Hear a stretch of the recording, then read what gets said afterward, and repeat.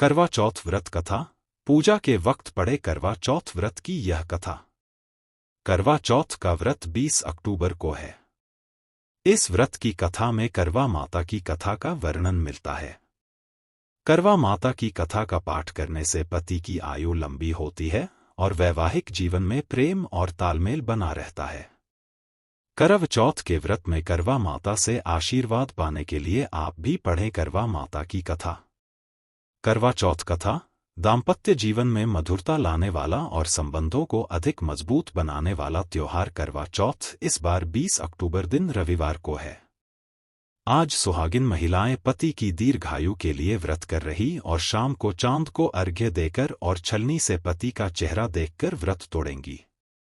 वहीं कुंवारी कन्याएं मनोनुकूल पति की प्राप्ति के लिए इस दिन निर्जला व्रत रखकर तारों को देखेंगी, फिर व्रत खोलेंगी।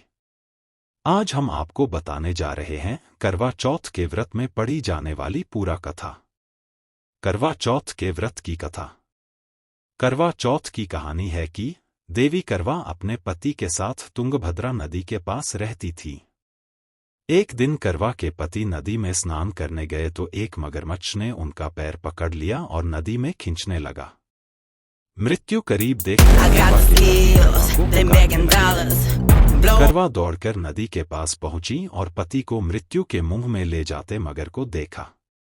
करवा ने तुरंत एक कच्चा धागा लेकर मगरमच्छ को एक पेड़ से बांध दिया। करवा के सतीत्व के कारण मगरमच्छा कच्चे धागे में ऐसा बंधा कि टस से मस नहीं हो पा रहा था।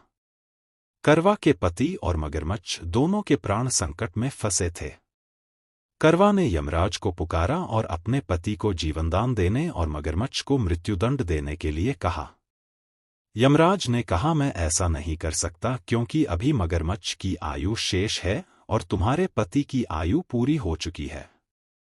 क्रोधित होकर करवा ने यमराज से कहा, अगर आपने ऐसा नहीं किया तो मैं आपको शाप दे दूंगी।